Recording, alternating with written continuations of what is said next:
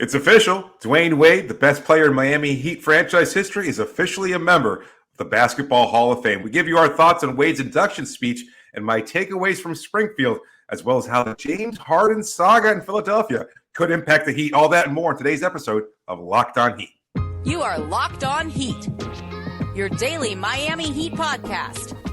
Part of the Locked On Podcast Network, your team every day.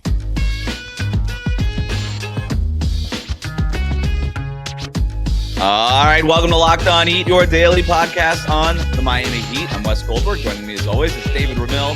Wherever you're tuning in, YouTube, Odyssey, or your favorite podcast app, thanks so much for making Locked On Heat your first listen every day. Today's episode is brought to you by FanDuel Sportsbook, official sportsbook of Locked On. Make every moment more. Visit FanDuel.com/LockedOn today to get started.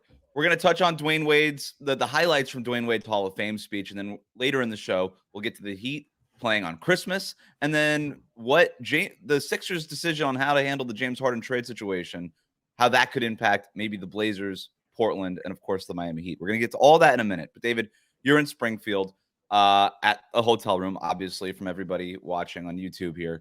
And you were there for the induction ceremony last night. You saw Dwyane Wade. You saw everybody else, part of his class, get inducted. Like I said, I want to kind of touch on some of the big parts of his speech, but and the more emotional parts of his speech here in a minute. But since you're there, tell me about it. Like, tell me about the sights and the sounds. What did you think of it? What did you think of the event? Who did you see? Who did you talk to? It's a beautiful celebration of basketball. Like the whole weekend really is. It's just, you bring the very best of the basketball world, and not just contemporaries, like players that we've seen and players that we saw compete at the highest levels, but also like the 1976 women's U.S. Olympic team. You know, that was like, as a group, the pride emanating from them as they were inducted, as you saw them around different events, kind of just summed up a lot of the feelings that a lot of these players have as they're receiving this tremendous honor. There's fans celebrating everybody. Just the whole city. It's not much of a town. Obviously, Springfield's not a major metropolis by any stretch, but it kind of just dedicates itself to the induction, the whole ceremony of it. You know, nearby hotels shut down, restaurants say open later than usual to accommodate crowds, and just the fans pouring in. There's somebody at my hotel, and I haven't been able to find them. I've tried watching them from my window. They've got a license plate that says D. Wade. There is somebody staying at my hotel that has driven here from Indiana. They must have seen Paul George get beat up by the Big Three and said, you know what, I'm going to be a Heat fan from now on. And they've decided to be they're here to celebrate Dwyane Wade. It's amazing that to see all this kind of passion for the sport and everything else. And you just get kind of caught up in it, right? It's just as media members, it's great to have like this kind of distant approach to the people we're covering, but also to just embrace the passion, embrace the love of basketball, to see these men that have struggled, men and women, I should say, men and women have struggled to achieve their dreams, be recognized for it. It's a wonderful ceremony. Really, really was. I know on our Instagram page, you were able to post videos where you were talking to Jason Jackson, obviously a longtime Heat sideline reporter, and then Shane Battier, and then Chris Bosh. What was it like being able to, like, how did you catch up? Like, how does that even happen? Like, are you just like mingling in the same room as them? Like, you just go up to them and you're like, hey, CB, you got some words for D Wade? Did you sneak in somewhere where you weren't supposed to be? Maybe. It kind of like the credential really gets you a lot of access. And let's just say I probably took advantage of some access I might not have had access to. So I was at a VIP reception at the hotel across the street from the Symphony Hall, which is in downtown Springfield, where the actual ceremony was taking place. And so at this VIP reception, I just kind of go in with the swath of wealthy people that bought really expensive tickets to go have good food and good wine and good drinks and everything else. And I'm just like, yes, I absolutely belong here. I'm picturing David walking in like Wayne's World at the backstage at the Alice Cooper concert, just showing your credential to everybody that. Yep. I didn't. You see, the trick is, Wes, it's like you have to act like you belong there. So if you never react to anything, you're just like, oh, yes, I'm absolutely a member of the VIP class here. So I just kind of walked in there. And next thing I know, I'm taking an elevator up with Devin Harris and Sean Marion. You're just like grabbing champagne off the server tray like you're supposed to. Yeah, great. Yeah, absolutely. Yeah. Oh, is that sushi? Excellent. I started eating that. And I was mingling around and just kind of talking to people, seeing some players here and there. Tim Hardaway shows up. Chris Bosh shows up. Dwyane comes in. So there were a couple other members of the class there as well. And I think Dwyane, I didn't expect Dwyane to be there. So it was a fortuitous break. But yes, I was able to talk to Chris for a little bit and ask him a question. Unfortunately, I had some problems with my new phone, so I didn't record the full question, but I did post that on Instagram. At the ceremony itself, it's more of a red carpet thing. From the VIP area, I was actually escorted by red carpet to Symphony Hall. So I was on the red carpet very briefly, and then they're like, on the other side of the line there, buddy. So I had to go and wait with the rest of the media members. And then, so I was on the other side there. And then, of course, once I got there, I was a little earlier. People start trickling in because they're just flying in. They're basically just here for this event itself. Eric Spoelstra, who I talked to, he says he just flew in that afternoon and was able to just drive right to Symphony Hall after changing because he's with Team USA. So he had flown from Team USA, who was playing in Spain. Yeah. Well, they were in Vegas, but he flew from Spain, flew here, and he's going to be flying back this morning. So as we're recording this, he's probably on a plane right back to Barcelona. So it was very, very interesting there. But what did Spo have to say? You said you had a chance to talk to him. Yeah, I talked to him, and he was just like, "Oh, I would have missed this for the world." I kind of recorded because we were kind of just like all walking towards Dwyane at that point at the end of the ceremony, and I just asked him, "I was like, how does it feel? To be here, having been there from the very beginning." He's like, "Oh, what an incredible honor just to see his growth and everything else like that. Like that he saw greatness early on, and just to be a part of his journey was really, really special to him." And could you tell it was special for Spo? Because he's usually pretty, I don't know, he's not a guy that shows his emotions readily, but when he does, it's pretty apparent when he feels some kind of way.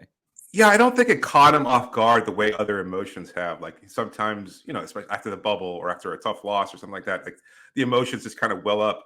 But this has been building for such a long time. And I don't think there's been any doubt that Dwyane was a likely Hall of Fame member. But just, again, it was emotional, like not quite tearing up or anything like that, but you could see like a joy, a sparkle in his eyes that maybe isn't always there.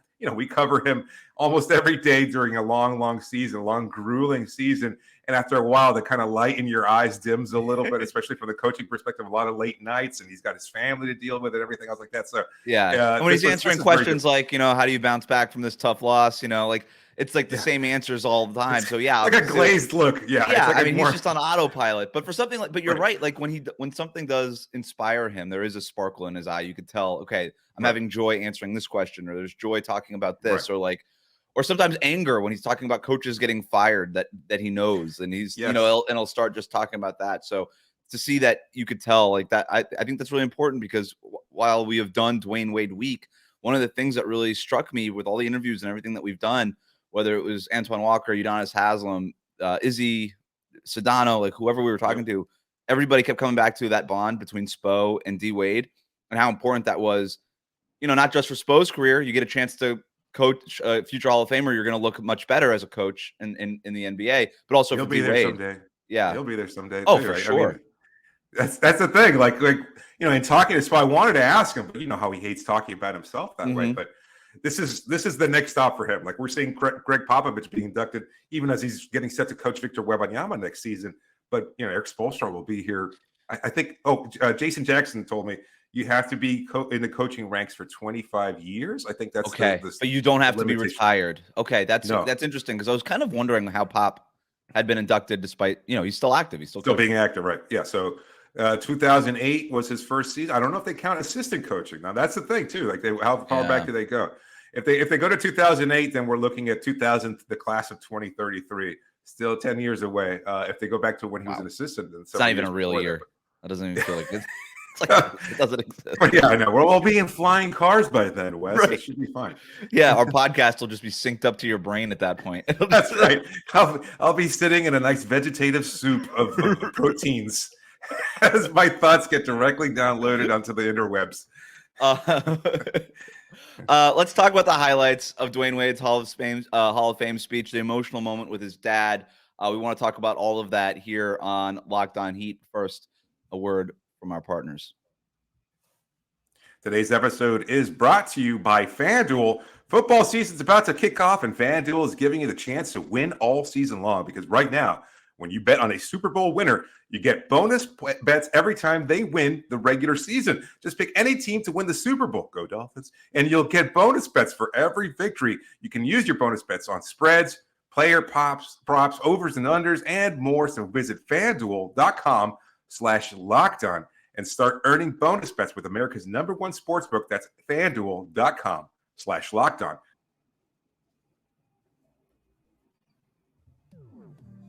Welcome back to Locked On Heat. Thanks for making us your first listen every day. If you're tuning in on YouTube, Odyssey, your favorite podcast app, make sure you do like the videos on YouTube and you're subscribed on whatever platform that you're tuning in on. Let's talk about Dwyane Wade's Hall of Fame speech, the actual content of the Hall of Fame speech. David, I found it very impressive. I found it emotional. I found, I first of all, just the fact that he was the closer, that they ended with Dwyane Wade. I know you and I don't know that we talked about it on air, but I know that you and I were talking about whether or not he would be the last one, or would it be Dirk? Would it be Greg Popovich? Right. It made sense that he was the last one. He's, you're going to pretty much end with a player. His following is as big as Dirk's following is internationally even. I mean, it's Dwyane Wade. He's a star among stars, right? We've seen very few stars like Dwyane Wade come through the NBA. And he also won more championships. Just going to throw that in there. So that matters. Look, a lot of Heat fans in attendance at Symphony Hall, cool. A lot of Mavs fans too. So it was nice to see, again, something that I've always thought about for years now, but the parallels between Dwyane and Dirk's careers, retiring together, meeting in the finals twice. There's a lot of similarities there to go into the Hall together. Something that Dwyane mentions during his speech, and I know we'll get to it probably later on, but that it was the weekend itself was more like a therapy session for them, that they were able to put aside a lot of their grudges. Yeah, they're not going to be friends. They're not going to be hanging out. It's not like Dirk and Steve Nash, it's mutual respect, but now an appreciation for one another because it's just different. They were intense rivals. They met on the biggest stage possible of basketball, and for them to maintain a friendship is extremely unlikely and difficult. And so the weekend was a really good chance for them to kind of connect and see each other in a different lens. And I'm glad that they kind of put that past behind them. I can only imagine how much respect that they have for each other. Now that all of that is past, it's like, man, those were some great battles. And you got one and I got one off of the other one. And I can only imagine as a competitor what that must be like. And that from all of that kind of nasty, it wasn't great, when they were playing, like the relationship wasn't there. They just clearly did not like each other. They didn't like each other's teams. They didn't like each other's franchises, from the owners to the star players. Nobody liked each other. And the fact but I think from that probably comes even greater respect, in some way than if you didn't have that. But Dwyane Wade's speech closes, and the way that the whole night and the way he closed his speech, I found extremely emotional, David. I want to show, I can't show the clip because of copyright, but we could play the sound. We're going to do that right here. How Dwyane Wade closes it by involving his father in his speech. So, Pops, I know your knees a little sore, but will you join me on stage as we take our rightful step into basketball heaven?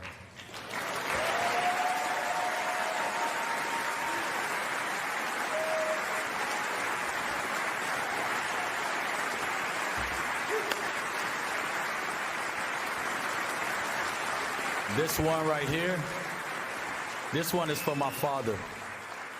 I love you, and I'm thankful for you. I love you too, man. We're in the Hall of Fame, dog. I mean, just tears, just full tears down my face when that's happening. I have a close relationship with my father, so of course, like that strikes home, and I think a lot of people can relate to this. David, you of course have a son. I'm just thinking, like, when that's for Dwyane Wade to bring his dad on stage for his moment there and say, we're in the Hall of Fame, dog. Like, I don't know. Like that was classy. It was cool. It was emotional. It was just a great way to end the night. What were you feeling? Yeah, similarly, a lot of thought of like, I don't see myself ever entering the podcast Hall of Fame or anything like that. But don't count yourself out. No, I know. Dream big. Like that was another theme too. Like right. Tony Parker said something that really resonated too. That is, if you tell people your dreams and they don't laugh, then you're not dreaming big enough. And that really stuck out to me. Like the idea is like, you got to dream something great. Like he was just a kid in France, and here he was, telling people he was going to be an NBA player. And it's like, there's no chance of that happening, right? But there he is being inducted into the Hall of Fame. And with Dwyane too, like all the adversity he's fought through, and he acknowledged his parents, and he talked about their struggles during his childhood, his own struggles academically, and having to fight and carve his way out. And then that part with his father there at the end of the speech was just, having everybody stand up individually and talking to them and addressing them, his friends, guys like Carmelo and Chris Paul that were there in attendance too.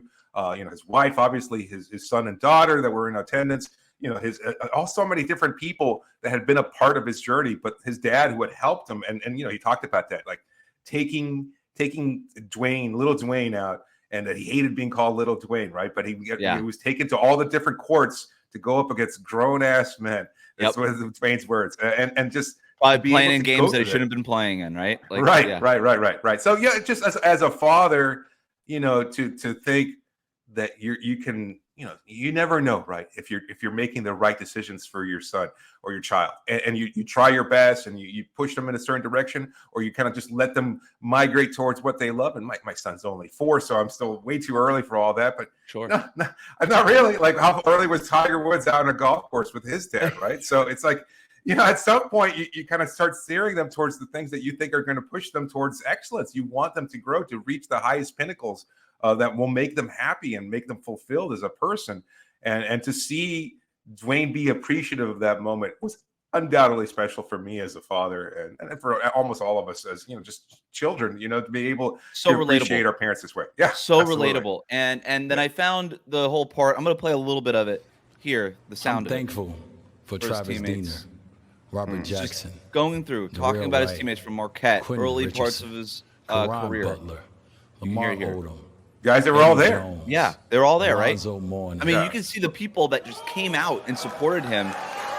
He was talking with Gary Payton.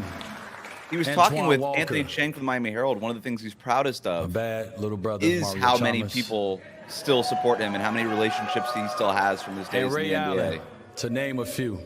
Yeah, and then he gets I also to played with people who protected me and gave me a bigger sense of purpose. Shaq, Chris, LeBron, and UD.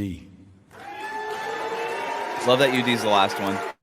That's great. UD wearing sunglasses in a dimly lit symphony hall, a lasting memory for me. Yeah, you're never gonna see UD cry. He's not gonna let you see his tears. That's not. He did dab away at his eyes. I was like, I can't believe this. It was like I was not expecting this. What are the odds that's the first time he cried? He has children, so I'm hoping it's not. But yeah, I don't know. He probably. The thing that stands out to me from Dwyane Wade's speech, above everything else, even the first that we're in the Hall of Fame, dog. If you show me that clip, probably for the rest of my life, I probably will have to dab a little bit. Like that. That to me was emotional.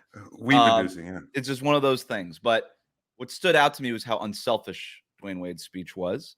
Yep. And you compare that, and I think you remember Michael Jordan's Hall of Fame speech.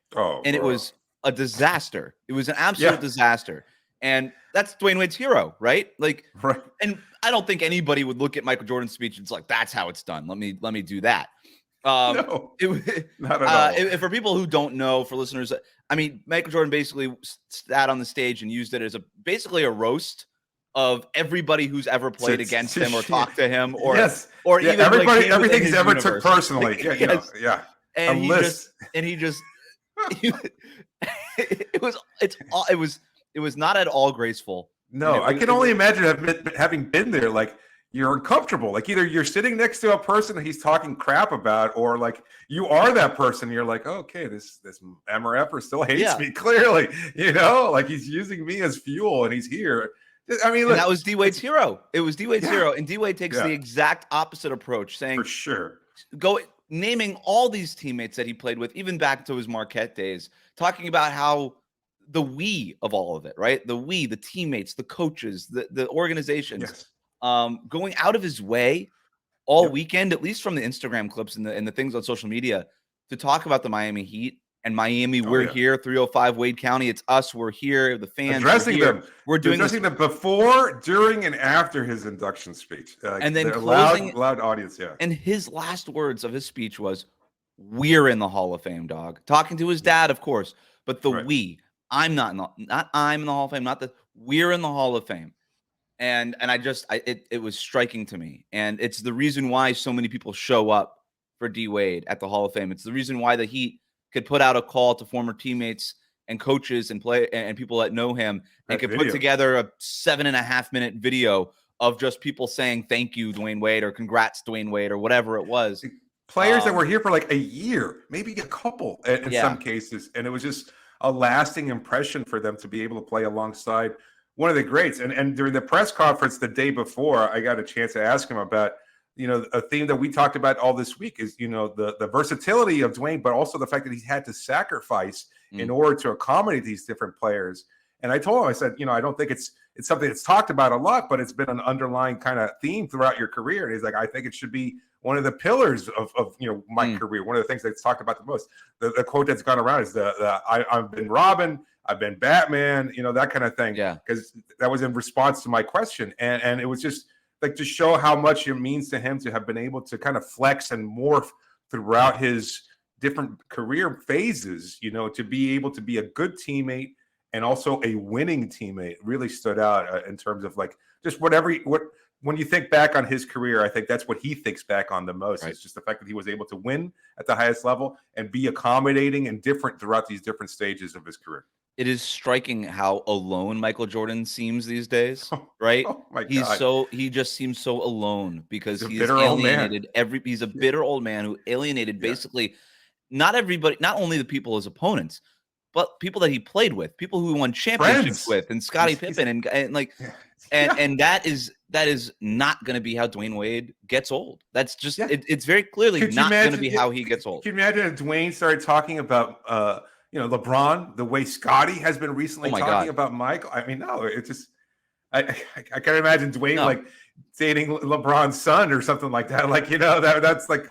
The whole Scottie Pippen Jr. thing going on there with, that's just so much going on there. But that is a lot going on there. There's a lot Michael Jordan, Michael Jordan's son and Scottie's ex-wife Larsa, like there's a lot of animosity there. Clearly, it's just it is a very, very different turn. It's a good point by you because it just shows how much he's been appreciated. And I think the whole class, what really stood out as a theme to me is like how much all these guys are really appreciated on an international level and by NBA fans as well. Like the game changers, almost every one of them. Tony, Dirk, obviously kind of just breaking the mold of how European players are viewed. And Dwyane, just so special in his own way, but it's appreciated by teammates, appreciated by fans, even Mavs fans that were in attendance, begrudgingly respecting Dwyane Wade's induction there. So that was. And how could you not begrudgingly respect Dirk's induction, right? Absolutely. Like, absolutely. As hard as as Heat fans, you're rooting against Dirk in 2006 and 2011, and you may have shared that hatred too for Dirk and the Dallas Mavericks and everything. He's up there, and I'm happy for him. It's just like, man, that guy was so much fun to watch. Like that guy was transformative. To your point, so really great night. Glad you were there to cover it. What an experience it must have been for you. We want to move off the Hall of Fame. We've got some news now about recent NBA schedule leaks. The Heat playing on Christmas. Some other things out there, maybe hinting at a possible Damian Lillard trade. We're going to talk about that next here on Locked On Heat.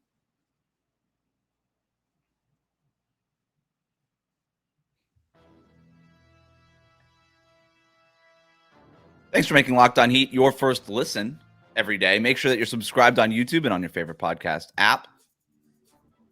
So the NBA schedule comes out Tuesday. It's going to be the official release. We'll have a podcast breaking all of the highlights and the most interesting parts of the schedule down later in the week once that happens. But we're getting some leaks now, as happens every summer. Christmas Day schedule, opening night, some of the primetime games of note that we can expect to see on that schedule when it does come out. But the headline here is that Miami will be playing on Christmas. The full slate: Bucks at Knicks, Celtics at Lakers, Mavs at Suns, Warriors at Nuggets, and then the Heat hosting the 76ers. And it sounds like, according to Barry Jackson, it's going to be the 8 p.m. game, although that does sound a little tentative right now, but we'll see. Not surprising, David, that the Heat are playing on Christmas. They were in the NBA Finals after all, and that's typically what happens is you get the star players, your Steph Currys, your LeBron James, those guys, and then you get the two teams that played in the finals the year before are usually awarded by playing on basically the NBA's equivalent of Thanksgiving for the NFL, their Christmas Day showcase. It's the biggest day of the year for the NBA schedule-wise. So we see that.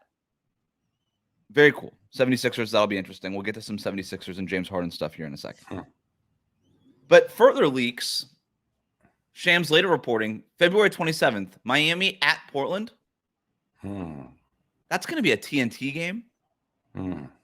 That is obviously the NBA preparing for Damian Lillard's first game in Portland, not wearing a Trailblazers uniform in 11 years, right? Like there's no other reason why that would be on the schedule. So, or why that would be a primetime game. Now, I guess if a Lillard trade never happens, they can flex out of it. There's ways that they can get out of it, but they have earmarked that. We're like, that's going to be TNT on a primetime slot.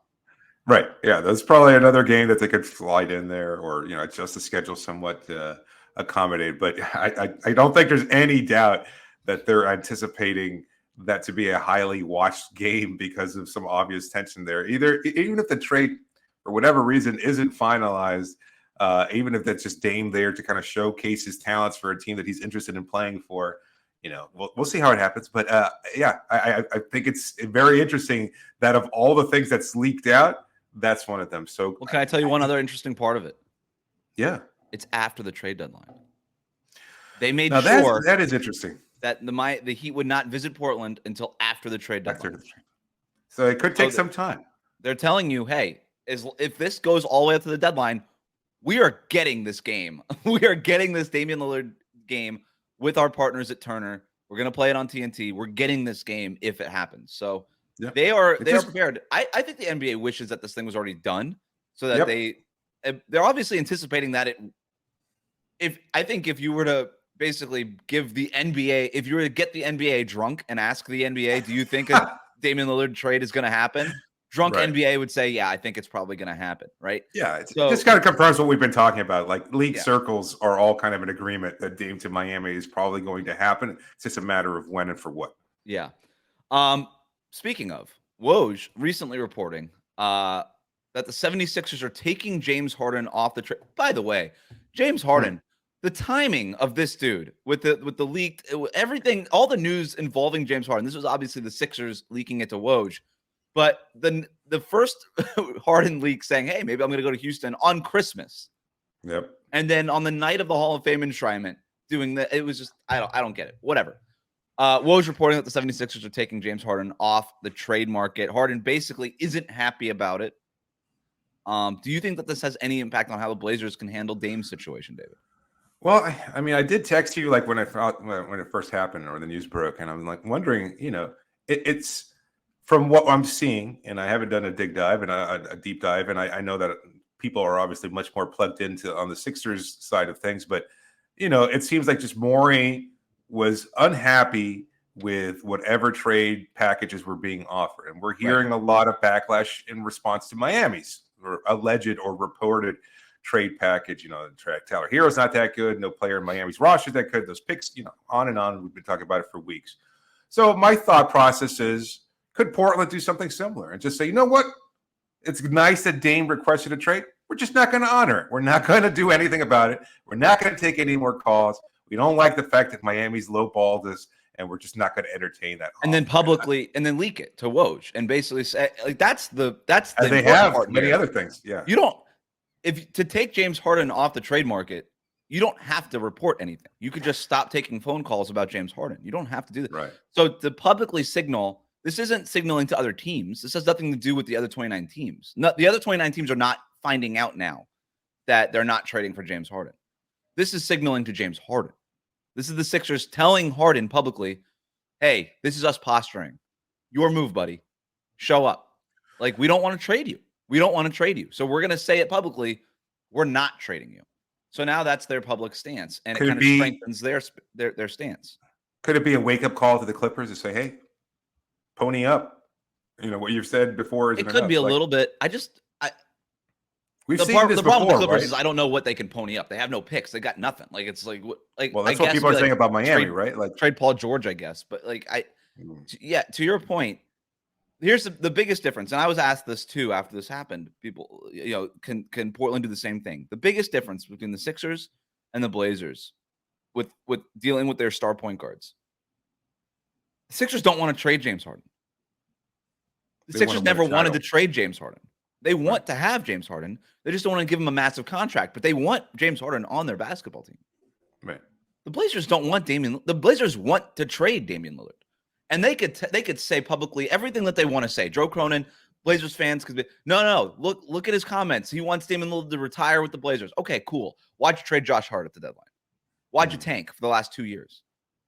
You don't want Damian Lillard. You're ready to move on. You want to trade Damian Lillard to rebuild, and that's fine. And it's probably the right move as an organization. But don't sit here and tell me that you want to keep Damian Lillard when you clearly don't want to keep Damian Lillard, when all the actions that you've made, of every move that you've made in terms of roster building over the last 2 years indicate you are ready for a rebuild and not to build around players Damian Lillard's age or at his talent level right now. And so that's always my response is, could Portland do this? Could Portland come out and say, we're not going to trade Damian Lillard? They could. I wouldn't buy it. I buy it with the Sixers. I buy that. I think they are taking James Harden off the table, and they're gonna basically challenge him. He's like, hey, show up, or you're just not playing basketball this year, because you're either playing for us or you're not playing for anybody, because they want him. They want to keep him with Joel Embiid and that whole thing. I don't think if the Blazers were to come out and say we're taking Damian Lillard off the table, I just wouldn't buy it. Does this just weaken the Sixers as a Heat opponent down the road? Because that's my thought process is also now they're going to be in a really uncomfortable situation. Like, there's no doubt about that. We've seen this with James in the past. He's made things uncomfortable in Brooklyn. He's made things uncomfortable in Houston. That's just who he is. Does he come to camp out of shape to protest? What happens then? Is this going to be hanging over? Could get dirty. We've seen We've seen him do it before. That team already seems, I hate to use the word frail, but they always seem that's a good word. Explosive. I don't want to use frail, but it's like, they're always walking that fine line of just blowing up completely and combustible. Fragile. Maybe is it fragile? Maybe. And so does this hurts them, right? I mean, that's just one more thing they don't need to deal with. They went through it a couple of years ago with Ben Simmons. I mean, the talent is still there, obviously. Yeah, that's the thing. It's like, you're going to trade Harden for Robert Covington and Marcus Morris and a first-round pick from 2030, like that makes them worse right now. I don't know. I think this is the right move by the Sixers. There just was not a deal out there that made them better, that made any sense for them. And but to your point, like, if Harden does what he did that first 2 weeks in Houston before he got traded, where he's just basically going out and clubbing and showing it off on social media and coming in out of shape and just not playing defense. Like, he already doesn't play defense, but like literally not moving on defense in those 2 weeks in Houston. Like, he was like, you thought it was bad before. Like, watch this. Watch me not move. Did he sit down on the court at one point? Like, he might as well have. Like, he could do that in Philadelphia. He could protest. I would find it difficult to believe that he would do that again for a team that could actually win. And I think that's what the Sixers are probably betting on is, hey, this team's good, man. Like, that Houston team was rebuilding. It wasn't the roster wasn't right. Like, this whole, like, his coach and his GM and everybody was gone. Like, there's got to be enough of a relationship there where they could do something. And, you're playing with Joel Embiid and you can win games early in the season, right? So I don't know. Yeah. Who knows? To try to predict how Harden is going to handle anything is impossible. So I would never have guessed. Like, he's back with Daryl Morey. He's playing alongside a superstar. He's in a good position, and it's like, no, that's not enough. And poor PJ Tucker. I mean, I know he's getting paid, but he left a great situation in Miami to go into this fragile mess there. It's just $10 million though. I'd go play. Would you play for the Sixers? Would you play for the Sixers for $10 million? Yeah, sure. I mean, they were there. He was getting that money in Miami anyway, though. Like, it was similar money. Yeah, they were offering $8 million. Yeah, but with one less year. Considering the tax situation, it would have been fun. Should have taken a deal, PJ. We'll see what happens here. Crazy NBA. All right. Later in the week, we'll be back breaking down the schedule release. On Tuesday, we'll have all the interesting notes, nuggets, everything that you need to know. Most anticipated games. We'll have that for you later in the week after the schedule is released. And then we will also break down this week Miami's training camp invites. We have the full list. The Heat up to some chicanery filling out that roster, just like Andy Ellsberg working his magic again. Just a lot of interesting stuff there. We're going to have an episode on that. Also, I didn't see him on his phone once at the ceremony. I kept saying, "Hey, man, go do your job. What are you doing here? Go trade for Dave." Time. Yeah, you don't have time. I don't have time for this. Don't honor Dwyane. He's fine. Whatever. Go. He's moved on. Yeah. Sorry. No, I did not do that. You think Lillard goes into the Hall of Fame as a Heat player or a Blazers player? Great question. Thanks for making Locked On Heat your first listen every day. Hit that subscribe button on YouTube. Follow us on your favorite podcast app.